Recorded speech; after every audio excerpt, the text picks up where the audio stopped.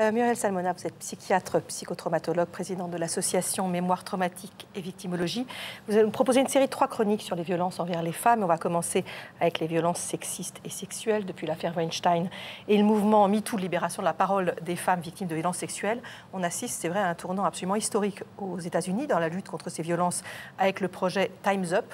C'est fini. Alors en France, on en est où à 3 semaines du 8 mars, qui est évidemment la journée internationale du droit des femmes? Oui, alors on en est à prendre conscience de l'ampleur des problèmes et puis de l'échec de toutes nos structures à protéger les femmes, les prendre en charge et leur rendre justice, avec plusieurs constats, mais totalement accablants, sur les chiffres, déjà, petit 1, où c'est les filles qui sont les principales victimes, puisque 80% des violences sexuelles ont lieu avant 18 ans, 21% avant 11 ans et 21% avant 6 ans, et où ce sont les femmes les plus jeunes et les plus vulnérables, les personnes handicapées, par exemple, autistes, sans-abri, qui sont les plus victimes, et avec une femme sur 5 qui a subi des violences sexuelles au cours de sa vie, 93 000 femmes qui ont subi des viols et des tentatives de viol, 130 000 filles également, le plus souvent par des proches et par des personnes de la famille ou des conjoints. Deuxième constat accablant, c'est l'impact sur la santé. Les violences sexuelles ont des conséquences psychotraumatiques extrêmement graves, mais les professionnels de la santé ne sont pas formés et ne vont pas les identifier. Et du coup, ça va avoir un impact sur la santé des victimes très important, particulièrement sur la santé mentale, avec 70 à 96% des victimes qui vont dire qu'elles sont impactées, avec une victime sur 2 qui peut faire des tentatives de suicide, une victime sur 2 qui va faire des dépressions à répétition, une victime sur 2 qui va avoir des conduites addictives, et 70% qui vont de nouveau subir des violences, et avec des difficultés énormes par rapport à l'offre de soins qui est totalement insuffisante, et aussi pour trouver des professionnels. Certaines victimes mettent plus de 13 ans à trouver un professionnel.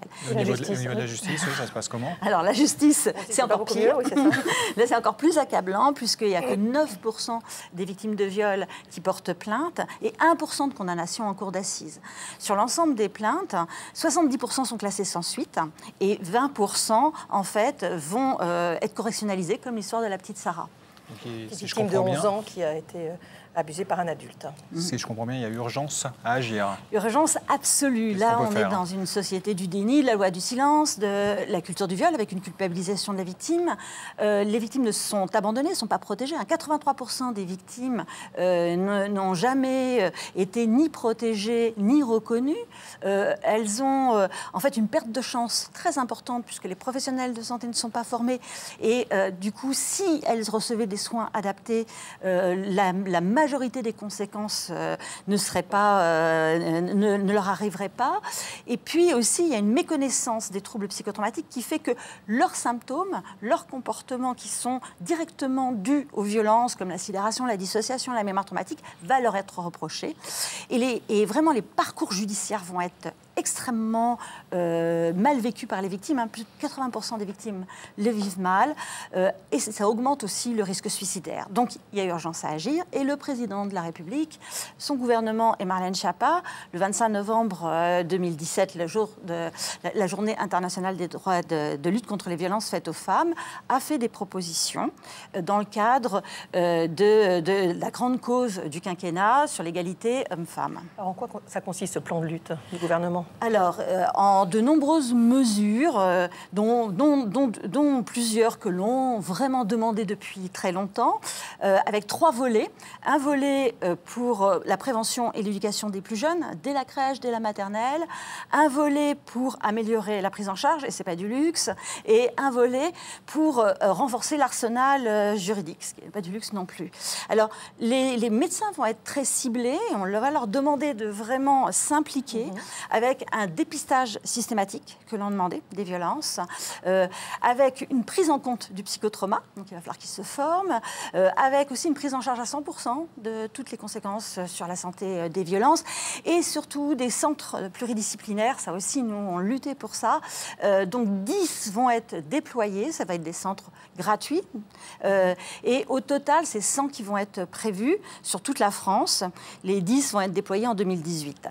Mais aussi une facilitation facilitation du dépôt de plainte, avec un système de pré-plainte en ligne, et puis aussi, que ce soit aux urgences ou aux unités médico-judiciaires, les victimes pourront en fait avoir un recueil de preuves, même si elles ne portent pas plainte, et même sans réquisition. Et enfin, de nouvelles lois, dont cette fameuse loi de fixation du seuil d'un âge de consentement. On parle beaucoup à cause de l'affaire de la petite Sarah. Voilà, exactement. Donc le président est pour 15 ans, nous aussi. On espère que ça va être irréfragable, c'est-à-dire qu'on ne pourra plus rechercher le consentement chez les enfants. Une augmentation de la prescription. Alors vous savez qu'on est passé pour le viol. Le jour de la journée internationale, le président Macron s'est prononcé personnellement pour 15 ans. Voilà, pour 15 ans. Voilà. Donc on attend et on espère. L'augmentation de la prescription, passage... Donc là, on est à 20 ans, c'est ça?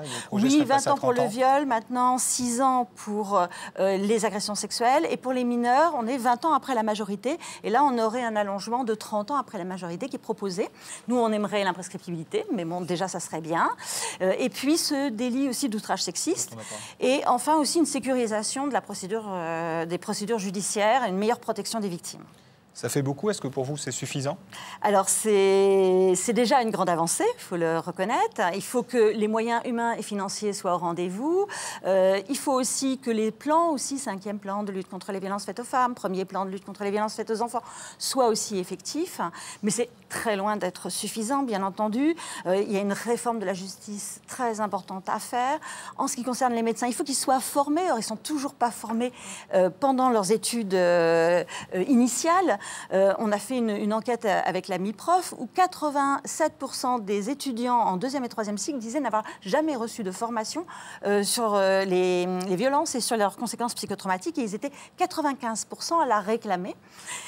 Donc c'est vraiment tout le monde qui doit s'y mettre, relever la manche, s'impliquer, particulièrement, bien entendu, les pouvoirs publics qui doivent avoir une politique extrêmement ambitieuse, mais aussi les médecins qui doivent enfin s'impliquer.